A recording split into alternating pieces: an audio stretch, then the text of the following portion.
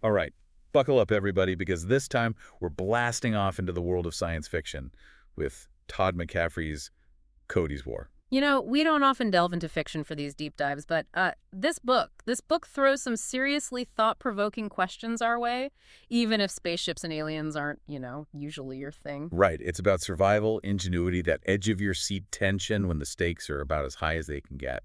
And all of that goes down on Carlo, a moon that's known for it's a hub for shipyards, and it suddenly finds itself on the front lines of an alien invasion. McCaffrey just drops you straight into the action, no easing in or anything. Our main character, Cody, he's just a young guy, training to be a pilot like his dad, right? But when the aliens attack, what's he doing? Cleaning a fuel valve. Talk about bad timing. You know, that's one of those details that makes it hit harder for the reader. It shows how vulnerable even the most everyday things are. Boom, everything changes in an instant. No time to even think, just instant chaos.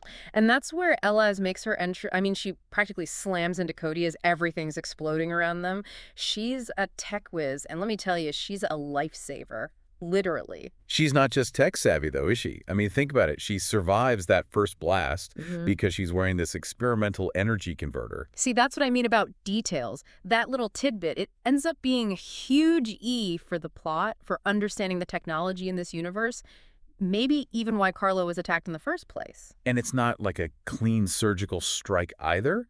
McCaffrey, he doesn't shy away from the devastation. Makes you think about the kind of firepower we're talking about. It's pretty chilling. Especially when you consider this detail the book emphasizes. The aliens, they seem to be targeting living beings.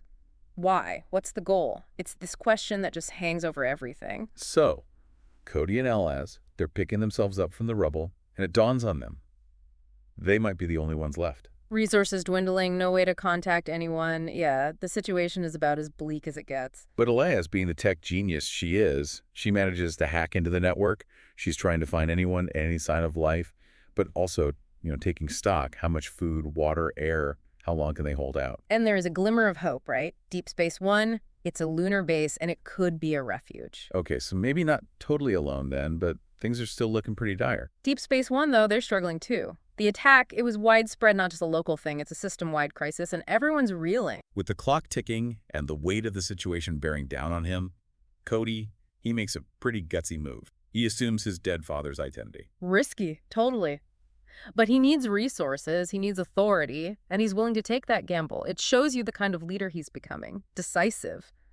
Even if it means making tough, ethically ambiguous calls. I mean, talk about a classic dilemma, right? Yeah. How far would you go to survive? Especially with other lives on the line. And that's exactly the point, isn't it? McCaffrey, he makes us face that question head on. Those survivors, the babies, everyone, their fate is depending on Cody. That's a heavy burden. Makes you think about the choices people make when the pressure's on. No time for hesitation, though. They need a plan. Like yesterday, getting off Carlo, it's not going to be easy. They need a starship, and that's pretty much impossible. Yeah, not just any starship either. This is where McCaffrey, it's really detailed, This universe, resources are tight, so even the idea of mothballing a shuttle, basically putting it into hibernation, it's a big deal. It's like every decision has these huge consequences. Limited resources, limited options. No wonder they're scavenging and hoping for a miracle. But that's where Elaz, she just shines, That's that never give up attitude, that ingenuity. Even when everything's falling apart, she finds a way. She's the one who figures out how to take all these spare parts, these scraps, and make a working starship. And don't forget, she's doing all of this while she's dying because of that energy converter, right? Which makes her even more incredible, if you ask me. She's fighting on two fronts here. This terminal illness and an alien invasion. Talk about making every second count. It's tragic, but inspiring, you know what I mean? And the thing is, they're not just fighting for their lives. Cody and Elaz, they're pushing the boundaries of space travel, trying to figure out this whole faster-than-light thing. And McCaffrey, he's not afraid to get into the nitty-gritty of it. Warp space, as he describes it, it's unpredictable, dangerous, unforgiving. One miscalculation, and that's it. Game over. And they're not just reading about this in a textbook, are they? They're in a simulator, getting a feel for how this makeshift ship handles. Probably a good thing, too, because it sounds like warp travel is not for the faint of heart. It goes to show, even with advanced tech, pushing the limits, It always comes with risks. And for Cody and Elaz, failure is not an option. So you've got this constant back and forth, this hope and despair. Just when it seems like they're making progress, something else goes wrong. It's what makes this story so gripping. Keeps you guessing, that's for sure. Will they survive? How? And while he's doing that, McCaffrey, he's sneaking in these bigger questions about technology, about morality, what it means to be human. He mentions, just casually, how long it normally takes to build a starship. We're talking years, right? Yeah. But Cody and Elaz, they don't have years. They're working with days, maybe hours. Exactly. It shows the kind of resourcefulness that desperate times demand. They can't follow the old rules. They have to improvise, think outside the box. And it's not just Elaz's tech skills that are important. We start to see Cody's hidden talents emerge, too. It's like maybe he got more from his dad than just piloting genes. There's this hint that he might be good with implant technology, which, whoa. Now that's where things get really interesting. Implant technology, it's a game changer. But it also brings up all these moral questions. Where do you draw the line? When does survival become, playing God? Yeah, and especially when you've got innocent lives in the balance. It's a slippery slope. McCaffrey doesn't give you easy answers, though. He lays out these complex situations and lets you, the reader, wrestle with them. So we've got impossible odds, dwindling resources, a ticking clock. But even in all of that, there's still hope. Elaz's ingenuity, Cody's potential, that human spirit that refuses to give up. Oh, and speaking of hope, remember that detail about Elaz's family? Her mom, she was working on energy conversion, right? And same tech that might have led the aliens to Carlo in the first place. Oh, right. It's like this added layer of responsibility. Yeah. Now it's not just about surviving a random attack. It's about protecting something potentially even more dangerous. Makes you wonder, did they attack Carlo on purpose? Were they after the technology Elaz's mom was developing? And if so, what does that mean for Elaz? And this is why this deep dive is so fascinating. It's not just the surface level action. It's the implications, the connections, the way McCaffrey weaves everything together. It's masterclass storytelling. Absolutely. And then just when you think it can't get more intense, Elaz drops that bombshell. Her illness, it's terminal. It's a punch to the gut, a reminder that life is fragile, especially in a universe this unforgiving. But Elaz, even knowing this, she doesn't give up. She keeps fighting for everyone else. It speaks to her strength, her selflessness. She's staring down death, but she's more concerned with saving everyone else. Powerful stuff. It really makes you think, doesn't it? Yeah. About what matters most when you're facing the end. But okay, so they're building this ship, they're facing down aliens, but the big question is, will they even make it off Carlo alive? With each passing moment, the tension just keeps building. Time's running out, Elaz is getting weaker, and we still don't know what the aliens are really after. Yeah, what do they want? Why Carlo? McCaffrey, he's a master of suspense, keeping those questions hanging in the air. And that's what makes these early chapters so captivating. He throws you right into this maelstrom of action technology, these ethical dilemmas, and he doesn't let up. It's exhausting in the best way possible. But before we dive into those final crucial chapters, we need to talk about one more thing. AM farms. Now, these things are fascinating. Ah, yes, the AM farms. See, in this universe, there are these massive automated agricultural complexes. They feed everyone. Right, and it's this little detail that tells you so much about this world, how it functions, even in crisis. And for me, it makes everything feel that much more real. It's all about the details, isn't it? Even with an alien invasion looming, people still need to eat. And McCaffrey, he never lets you forget that. Which brings us to the heart of it all. Legacy. Cody grappling with his father's reputation, Elaz carrying the torch for her mother's research. Even those orphan babies represent the future they're fighting for. It's woven throughout the entire narrative and makes you question, what will we be remembered for? What will our legacy be? Deep stuff.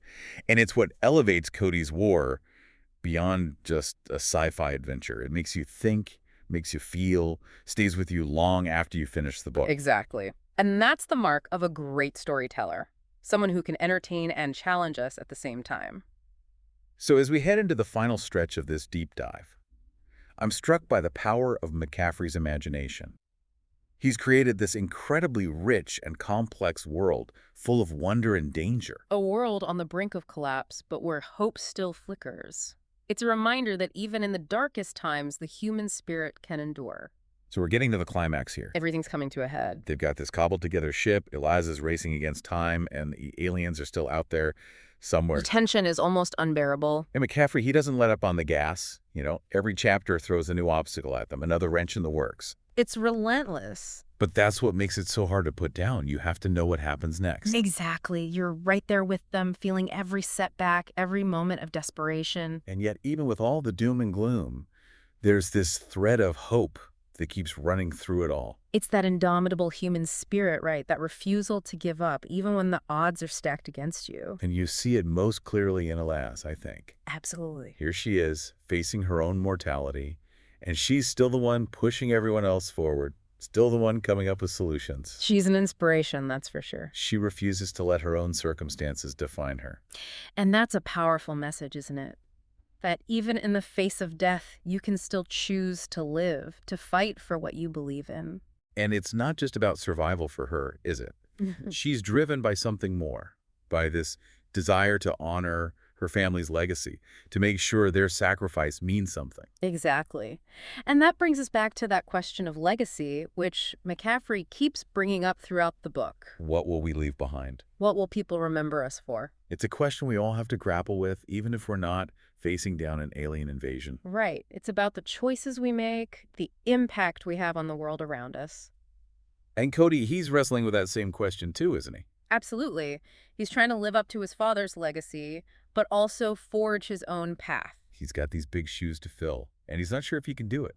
But that's the thing about pressure, isn't it? It can either crush you or forge you into something stronger. And Cody, he's definitely being forged in the fires of this crisis. He has to make impossible decisions, lead with a certainty he doesn't necessarily feel, and all the while, he's carrying the weight of all those lives on his shoulders. It's heavy stuff. It is, but it's also what makes him such a compelling character. You're rooting for him every step of the way, even when he makes mistakes. Because you know he's doing it the best he can with the hand he's been dealt. Exactly.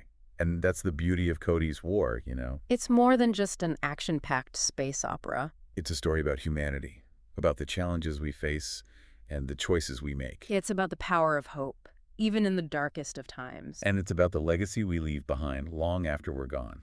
Well said. So for anyone listening who hasn't yet experienced the thrill ride that is Cody's War, I urge you, go check it out. You won't be disappointed. It's a story that will stay with you long after you've turned the last page. And that's the mark of truly great science fiction, wouldn't you say? Absolutely. It makes you think, makes you feel, and leaves you wanting more. And on that note, we'll wrap up this deep dive into Cody's War. Thanks for joining us on this incredible journey. Until next time, keep exploring, keep questioning, and keep searching for those stories that ignite your imagination. Because the universe of knowledge is vast, and there's always something new to discover. And who knows, maybe we'll see you back here soon for another deep dive.